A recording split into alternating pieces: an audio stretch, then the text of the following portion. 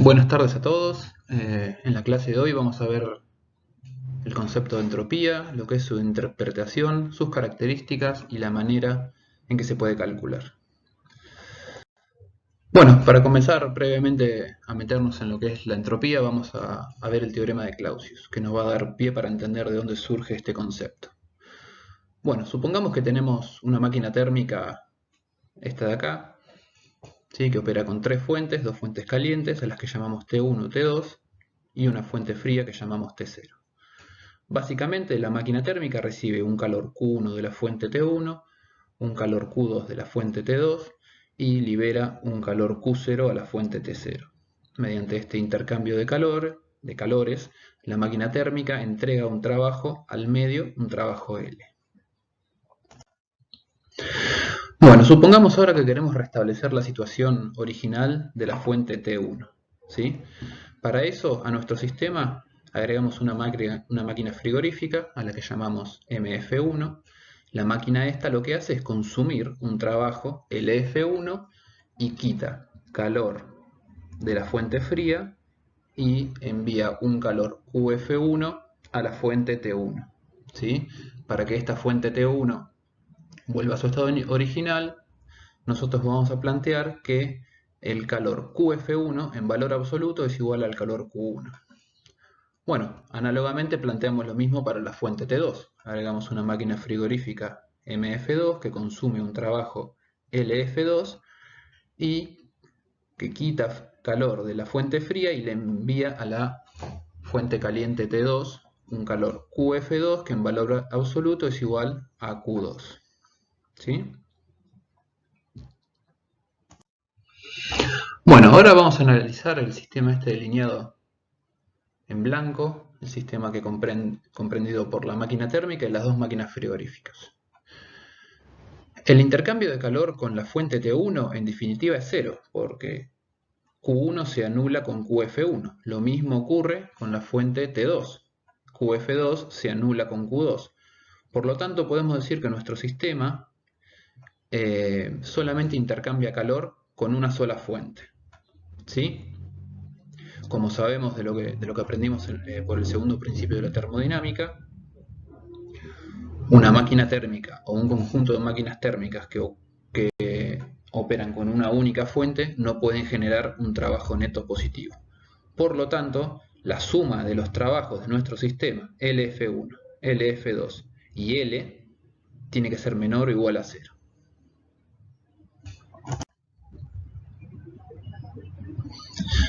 Bueno, ahora vamos a agarrar nuestro sistema y vamos a aplicar el primer principio de la termodinámica.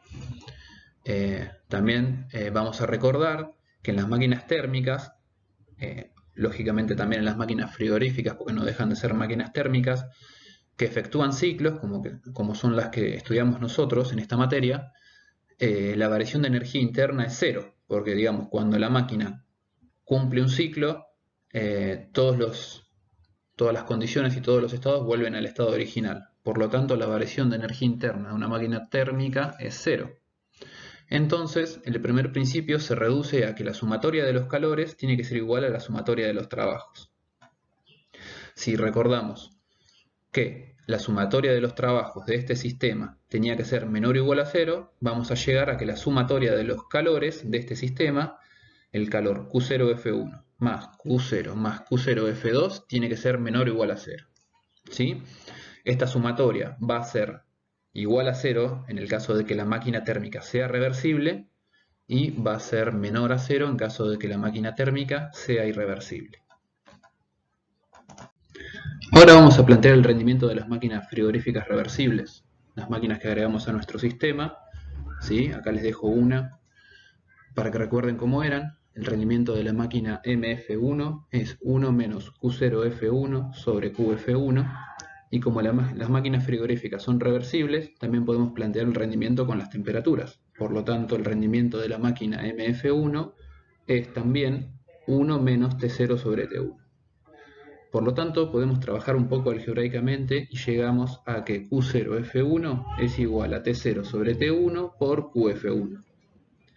El mismo planteo podemos hacerlo para la máquina frigorífica 2. y llegamos a que Q0F2 es igual a T0 sobre T2 por QF2. Ahora, volviendo a la ecuación en la que decíamos que la sumatoria de los calores es menor o igual a 0, y reemplazamos los dos términos que obtuvimos recién, llegamos a que Q0 más T0 sobre T1 por QF1 más T0 sobre T2 por QF2 tiene que ser menor o igual a 0. Pero habíamos dicho que en valor absoluto QF1 es igual a Q1 y QF2 es igual a Q2. Por lo tanto, podemos reemplazar y decir que Q0 más T0 sobre T1 por Q1 más T0 sobre T2 por Q2 tiene que ser menor o igual a 0. Si dividimos toda la ecuación por la temperatura de la fuente fría, por T0, llegamos a que Q0 sobre T0 más Q1 sobre T1 más Q2 sobre T2 es menor o igual a 0. O sea, la sumatoria de los calores sobre las temperaturas tiene que ser menor o igual a 0. En esta desigualdad, ¿sí? Es importante remarcar que cada calor lleva su signo, ¿sí? El calor es positivo si entra al sistema, es negativo si sale del sistema, y las temperaturas involucradas son las temperaturas de las fuentes con las que se intercambia calor.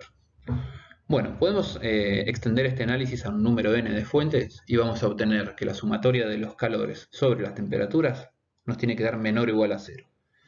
¿Sí? Aplicando de forma diferencial, ¿sí? Podemos decir que la integral cerrada de un sistema de diferencial Q sobre T es menor o igual a 0. ¿Sí? Esto es lo que se llama el teorema de Clausius. Para un ciclo reversible, la integral cerrada de diferencial Q para un ciclo reversible sobre T es igual a 0. Esto, digamos, para que se cumpla, tiene que ser una función potencial. Por lo tanto, el integrando de esta integral, ¿sí? Diferencial QR sobre T, se lo llamó diferencial de entropía, ¿sí? Diferencial S, donde S es la entropía y es una función de estado, ¿sí? Ya vamos a ver más adelante qué significa. Bueno, ya saben qué significa esto, pero vamos a explicar por qué es una función de estado la entropía. Ahora bien, entropía. Me imagino que para muchos de ustedes el concepto de entropía no lo tienen muy claro. Bueno, en la vida cotidiana, entropía es lo que normalmente nosotros consideramos como calor. Algo que tiene poca entropía lo sentimos como frío, algo que tiene mayor entropía se siente como caliente. ¿Sí? Para lo que es la mecánica, como ya vimos por el teorema de Clausius, el diferencial de entropía es el diferencial de Q de una transformación reversible sobre la temperatura a la cual se produce el intercambio de calor. En un proceso termodinámico, la entropía es una magnitud que permite medir la parte no utilizable de la energía, es decir, aquella parte de la energía que no puede usarse para producir un trabajo. Otra definición, que seguramente ustedes es la que más conozcan, dice que la entropía mide el grado de desorden de un sistema. Y por último hay una definición o una interpretación estadística que planteó Boltzmann, que es muy interesante, que dice que la entropía es K por el logaritmo natural de omega, donde K es una constante, la constante de Boltzmann, y omega es el número de microestados posibles para el sistema. Esto quiere decir que es la posibilidad de encontrar un estado más probable. Esta definición es la que nos permite entender por qué suceden los procesos espontáneos. Imaginemos que tenemos un recipiente con dos tipos de gases, un gas verde y un gas naranja. En la configuración 1 tenemos todas las partículas de gas naranja juntas en un rincón del recipiente, ¿sí? Están todas agrupadas y ordenadas. Por otro lado, en la configuración 2 tenemos las partículas de gas aleatoriamente dispersas entre las partículas de gas verde.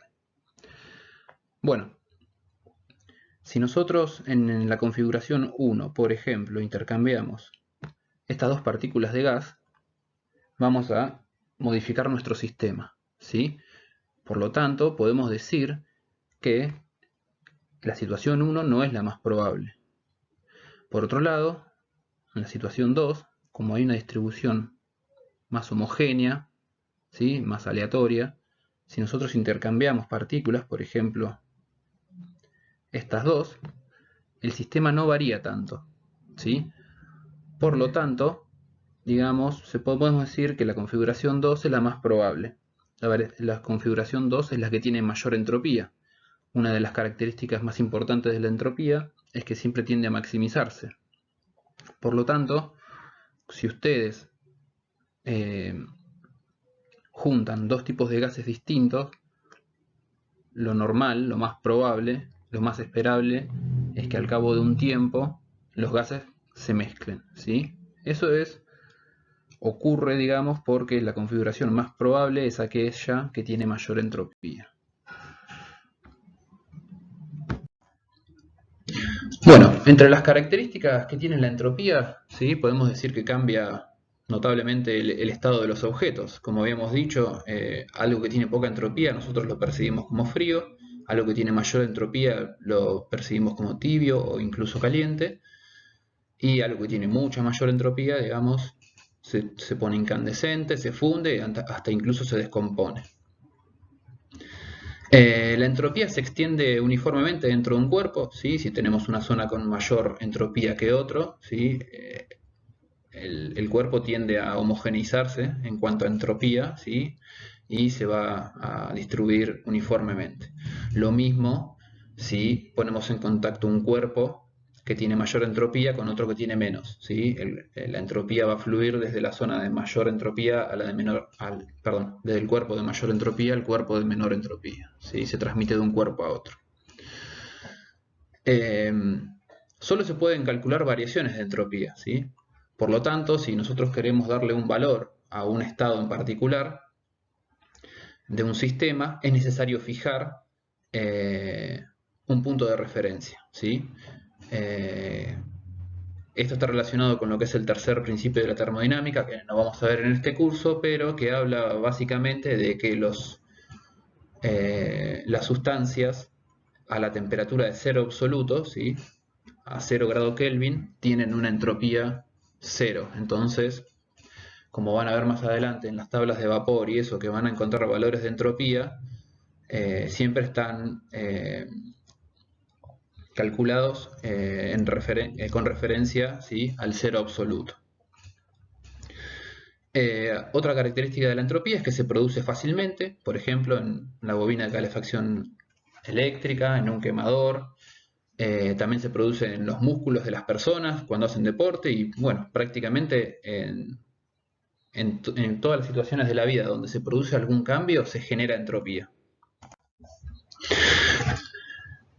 Una de las características más importantes de la entropía es que a pesar de que se produce muy fácilmente, no existen procesos que puedan destruirla, ¿sí? Cuando nosotros creamos entropía no podemos rebobinar para volver al estado anterior, ¿sí? Estos son procesos los que llamamos irreversibles. Lógicamente, el cuerpo puede volver a su estado original, ¿sí? Y para ello es necesario que la entropía que adquirió durante el proceso sea transferida a otro cuerpo o sustancia, ¿sí? Ya que no se puede eliminar, este cuerpo para volver a su estado original va a tener que transferir la entropía a otro cuerpo o sustancia. Bueno, resumiendo, podemos decir que los procesos que producen entropías se llaman procesos irreversibles, los procesos que conservan entropía son procesos reversibles y los que destruyen entropía no existen, son procesos imposibles. Bueno, ahora vamos a ver la entropía en ciclos reversibles, ¿sí? Nosotros tenemos un ciclo, vamos del punto 1 al punto 2 mediante una transformación A que es reversible y volvemos al punto 1 mediante la transformación B que también es reversible. Nosotros habíamos dicho que la integral cerrada en un ciclo de diferencial QR sobre T tenía que ser 0. Por lo tanto, la sumatoria de la integral para ir del punto 1 a 2 mediante el camino A de diferencial QR sobre T más la integral para volver de 2 a 1 de diferencial QR sobre T tienen que ser igual a 0, ¿sí? Entonces obtenemos esto, que la integral para ir de 1 a 2 mediante el camino A es igual a menos la integral para volver del camino 2 a 1, ¿sí? Ahora, ¿qué pasa si vamos de 1 a 2 mediante otra transformación, ¿sí? Que planteamos acá en este diagrama PV de presión-volumen? ¿Qué pasa si vamos de 1 a 2 mediante otra transformación C que también es reversible? Bueno, podemos plantear lo mismo que acá. la integral para ir de 1 a 2 mediante el camino C, más la integral para volver de 2 a 1 por el camino B, tiene que ser igual a 0. Entonces, la integral para ir de 1 a 2 mediante el camino C de diferencial QR sobre T es igual a menos la integral para ir de 2 a 1 de diferencial QR sobre T. Como vemos, estos dos términos de acá son exactamente iguales, por lo tanto, no queda otra que estos dos términos de acá también sean iguales, que es esto. ¿Sí? ¿Qué quiere decir eso? Que independientemente del camino que elijamos o el tipo de transformación para pasar de 1 a 2, siempre que sean reversibles, la variación de entropía va a ser la misma. Por lo tanto, podemos calcular la variación de entropía para pasar de un punto 1 a un punto 2 cualquiera mediante la integral de diferencial QR sobre T. ¿Sí? Esto significa que es una función de estado, lo que dijimos anteriormente. Independientemente del camino que se tome para llegar a un estado, el valor de la entropía en ese punto únicamente depende de las condiciones en el estado en que está. Ahora, en ciclos irreversibles, ¿sí? Suponemos que nosotros vamos de 1 a 2 mediante una transformación irreversible y volvemos de 2 a 1 mediante una transformación reversible. Habíamos dicho que la integral cerrada de diferencial Q sobre T tiene que ser menor o igual a 0. Por lo tanto, la integral para ir de 1 a 2 mediante una transformación irreversible de diferencial QR sobre T más la integral para volver de 2 a 1 mediante una transformación reversible de diferencial QR sobre T es menor a 0. Bueno, podemos trabajar un poquito, pasamos esta parte para el otro lado y tenemos que la integral para ir de 1 a 2 mediante la transformación irreversible es menor a menos la integral para ir de 2 a 1 mediante la transformación reversible. Anteriormente habíamos dicho que esto es la variación de entropía, ¿sí?, entre el estado final, que sería el estado 1, y el estado inicial. Por lo tanto, podemos decir que la integral para ir de 1 a 2 mediante una transformación irreversible de diferencial QR sobre T es menor a la variación de entropía S2 menos S1. Si lo planteamos para un proceso elemental, podemos decir que el diferencial de calor en una transformación irreversible sobre T es menor a la variación de entropía. ¿Sí? Si la transformación es adiabática reversible, sabemos que de diferencial QR es 0, por lo tanto, la entropía en el punto 2 y en el punto 1 es la misma. ¿Sí? O sea que las transformaciones adiabáticas reversibles son isoentrópicas, ¿sí? No cambian la entropía de nuestro sistema. Y por otro lado, si la transformación es adiabática irreversible, acá, digamos, el calor es 0 y por lo tanto el diferencial de entropía tiene que ser mayor a 0. ¿Sí? Esto significa que la entropía final va a ser mayor que la inicial. Entonces, en una transformación adiabática irreversible, tenemos un aumento de entropía. Bueno, ahora, ¿qué ocurre en transformaciones no adiabáticas? ¿Sí? Nuestro sistema, que es este que planteamos acá, en azul, intercambia calor con el medio, ¿sí? Que es esta porción blanca. ¿Sí? Tenemos un intercambio de calor. Ahora, si nosotros consideramos un nuevo sistema, este marcado en rojo, que es el conjunto de sistema y medio que planteamos previamente, toda transformación que ocurra acá adentro, ¿sí?, va a ser adiabática, ¿sí?, si nosotros tomamos esto como sistema. Entonces podemos aplicar las conclusiones anteriores. Si la transformación es reversible, la entropía del sistema, en rojo, se mantiene constante. Por lo tanto, si la entropía de este sistema azul aumenta, la del medio va a disminuir para compensarla, ¿sí?, y que la suma de los dos sea 0. Por otro lado, si la entropía de este sistema disminuye, consecuentemente la entropía del medio va a tener que aumentar de manera tal que se compense de vuelta y que la sumatoria de la entropía de este sistema azul y del medio sean 0, ¿sí?, de manera tal que nuestro sistema rojo tenga una variación de entropía nula. Por otro lado, si la transformación es irreversible, la entropía de nuestro sistema nuevo, el rojo, va a aumentar.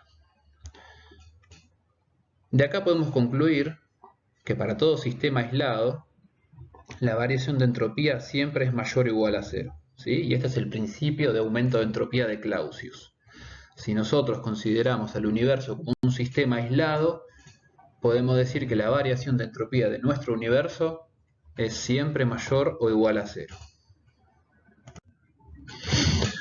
Ahora bien, nosotros hablamos de procesos reversibles e irreversibles, ¿sí? ¿Qué es la irreversibilidad? Bueno, son procesos que generan un aumento irreversible de la entropía, ¿sí? Procesos generalmente espontáneos se llaman. Por ejemplo, la fricción, expansión libre, mezcla de gases, una resistencia eléctrica, la deformación plástica de materiales, reacción química y diferencia finita de temperaturas. Por ejemplo, si ustedes imagínense que mezclan dos gases distintos en un recipiente, ¿sí? Al cabo de un rato se van a encontrar con que los gases se mezclaron, ¿sí? Como explicamos previamente al utilizar el concepto estadístico de la entropía. Si ustedes quieren volver a la situación inicial, no va a ser espontáneo, ¿sí? Nadie de ustedes va a esperar encontrarse con que los gases nuevamente se ordenaron de la misma manera que ustedes lo dejaron. Si ustedes quieren volver a la situación inicial, van a tener que, digamos, meter un trabajo al sistema, ¿sí? Y de esta manera el medio ya no va, digamos, el medio o el universo ya no va a quedar como estaba antes, ¿sí? Va a haber ese trabajo que nosotros necesitamos para volver a reordenar los gases, va a introducir un cambio en el universo, ¿sí? Una variación de entropía. Les voy a explicar qué es esto de la diferencia finita de temperaturas, ¿sí? Siempre que nosotros tengamos una transferencia de calor entre dos cuerpos que están a distinta temperatura, vamos a tener un aumento de entropía, ¿sí? Lógicamente, si ustedes piensen, si ponen un objeto caliente y un objeto frío, ¿qué va a pasar? El objeto caliente se va a enfriar y el objeto frío se va a calentar, ¿sí? Entonces imaginemos esa situación. Tenemos una fuente T1, ¿sí? Que entrega un calor Q a una fuente T0, ¿sí? Lógicamente, para que esto ocurra, T1 tiene que ser mayor que T0. La variación de entropía del universo, ¿sí? La vamos a considerar como la variación de entropía del sistema más la variación de entropía del medio. Supongamos que elegimos como sistema la fuente fría, esta, fuente T0. El delta S del universo va a ser, como las fuentes pueden intercambiar calor sin cambiar su temperatura, podemos decir que la variación de entropía de la fuente esta es Q0 es Q sobre T0, ¿sí? El Q es positivo porque lo recibe la fuente, y la variación de entropía de lo que sería el medio, en nuestro caso, digamos el de la fuente T1, es menos Q, ¿sí? Porque visto desde la fuente T1, el Q lo estamos liberando, sobre T1. Bueno, si trabajamos un poquito algebraicamente con esto, sacamos denominador común Q y nos queda Q por 1 sobre T0 menos 1 sobre T1, ¿sí? Y si trabajamos un poquito más, podemos sacar el término T0 por T1 y nos queda esta expresión, ¿sí? Q sobre T0 por T1 por T1 menos T0. Esto, habíamos dicho, perdón, esto, digamos, este denominador, dos temperaturas absolutas, digamos, siempre son mayores que 0, y por otro lado también habíamos dicho que T1 es mayor que T0, por lo tanto este término también es positivo, ¿sí? Lo que implica que la variación de la variación de entropía del universo va a ser mayor a 0, ¿sí? La única manera de que no haya variación de entropía en el universo es que las temperaturas sean iguales, ¿sí? Cosa de que este término se iguale. Pero si las temperaturas son iguales, ¿a ustedes qué les parece? ¿Va a haber transferencia de calor o no? ¿Sí? Esto significa que básicamente todas las transformaciones que ocurren son todas irreversibles. Siempre que tengamos una transferencia de calor entre dos cuerpos que están a distinta temperatura, vamos a tener un aumento de entropía del universo. Bueno, ahora vamos a ver lo que son los diagramas entrópicos o diagramas TS. Son la representación gráfica de la temperatura T en el eje de coordenadas y la entropía S en el eje de las abscisas. Este tipo de diagramas es muy útil para el estudio de procesos termodinámicos. Por ejemplo, tenemos una transformación que va del punto 1 al punto 2, ¿sí? Que es una transformación reversible.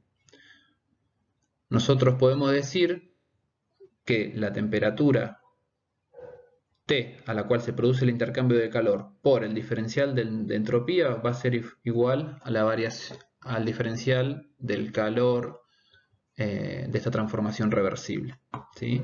Integrando entre los puntos 1 y 2 podemos decir que el calor intercambiado en esta transformación, el Q en esta transformación reversible, es la integral entre 1 y 2 de T diferencial S. Bueno, para un ciclo de Carnot, digamos, en un diagrama entrópico, las rectas verticales representan transformaciones adiabáticas reversibles, mientras que las líneas horizontales son transformaciones isotérmicas. Por lo tanto, un ciclo de Carnot está representado en un diagrama TS mediante un rectángulo. Suponemos que opera entre las fuentes T1 y T2. El calor Q1, ¿sí? Que es el que se intercambia con la fuente T1, va a ser el T1 por delta S, ¿sí? Es toda el área que se encuentra por debajo de la isoterma T1. Y el calor liberado a la fuente fría, digamos el calor Q2, va a ser T2 por delta S, ¿sí? Y gráficamente es el área debajo de la isoterma T2. Ahora podemos plantear podemos plantear el trabajo, ¿sí? Que se genera en este ciclo. Sabemos que el trabajo es Q1 menos Q2. Entonces, de esto podemos decir que es T1 menos T2 por delta S. Y el rendimiento, ¿sí? Como sabemos, es el trabajo generado sobre el calor invertido. Es T1 menos T2 por delta S sobre T1 por delta S. Y llegamos a la expresión del rendimiento que conocemos para las máquinas de Carnot, las máquinas reversibles. Bueno, para ir terminando con esto, vamos a mostrar cómo se calcula la variación de entropía de gases ideales con calores específicos constantes, ¿sí? Supongamos un sistema cerrado con una masa unitaria, ¿sí? Una masa igual a 1. Por definición, la entropía dijimos que la variación de entropía es la variación de QR sobre T, ¿sí? Según el primer principio, si lo aplicamos de manera diferencial, podemos decir que diferencial de Q es delta de U más diferencial de L, donde diferencial de U es CB por diferencial de T y la variación del trabajo es P por diferencial de B, ¿sí? Ahora, rearmamos la expresión de entropía. Diferencial S es 1 sobre T por CB por diferencial T más P sobre T por diferencial de volumen, ¿sí? Lo que hicimos fue meter esto acá y lo reemplazamos acá, ¿sí? Ahora, también sabemos que mediante la ecuación de estado para gases ideales, nosotros sabemos que P por V es igual a RT, ¿sí? Fíjense que esta V es minúscula, ¿sí? Es volumen específico, es por unidad de masa. De acá podemos decir que P sobre T es igual a R sobre V. Entonces, si agarramos esta expresión y reemplazamos con esto, llegamos a que la variación de entropía es CB por diferencial T sobre T más R por diferencial de V sobre V. Integrando, obtenemos que la variación de entropía para ir de un punto 1 a un punto 2 es CB por el logaritmo natural de T2 sobre T1 más R por el logaritmo natural de V2 sobre V1. Bueno, esta expresión nos permite calcular la variación de entropía, ¿sí? Para una transformación para ir de un punto 1 a un punto 2 mediante el conocimiento de las temperaturas y volúmenes iniciales y finales, ¿sí? Existen otras expresiones para calcular la variación de entropía en función de temperatura y presión y en función de volumen y presión, ¿sí? que bueno, eso ya se las daremos en la práctica para que puedan resolver los ejercicios. Así que bueno, esto es todo. Espero que se haya entendido. Cualquier cosita voy a abrir un foro de consulta en el campus por si les quedó alguna duda. Y bueno, nos vemos la semana que viene.